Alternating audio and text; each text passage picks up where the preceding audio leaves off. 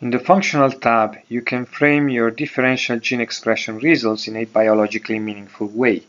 You can achieve this through 4 different methods. These are the KEGG pathways analysis, Go-terms analysis, by obtaining drug connectivity maps, and through a workload.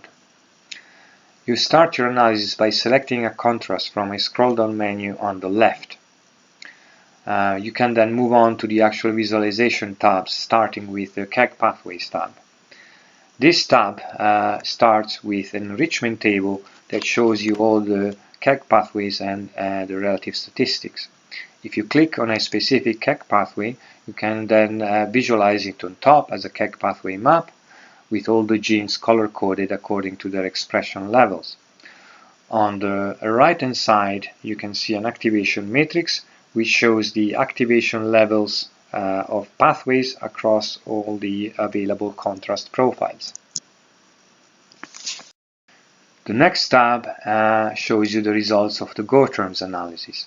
At the bottom, you have a table that shows you all the significant Go-terms with their scores and statistical values.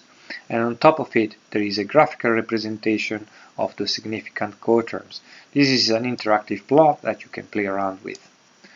On the right-hand side, there is another activation matrix which shows you the enrichment of specific Go-terms for the available contrast profiles.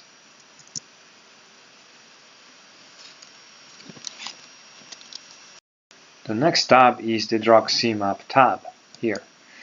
This analysis is actually based on a database of over 5,000 drug expression profiles against which you can compare your contrast profile.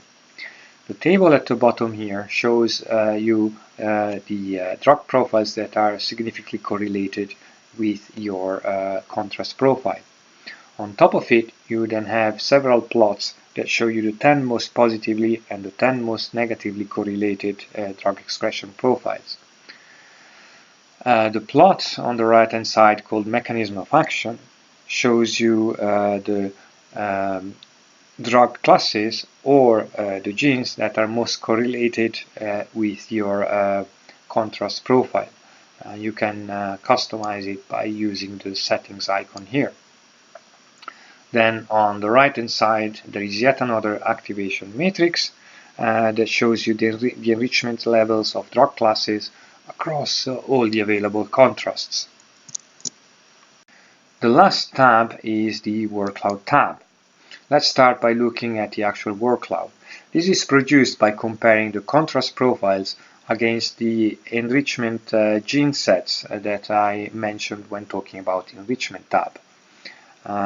You can then extract the most enriched keywords and form these workloads. You can also display the data as a TSNE plot here. There is an enrichment table that shows you all the keywords, and if you select a particular keyword, you can then obtain enrichment plots for your available contrast profiles. And you can also obtain a leading edge table that shows you the gene sets that contain the specific keyword. Finally, on the right hand side, there is another activation matrix that shows you the keyword enrichment across the available contrast profiles.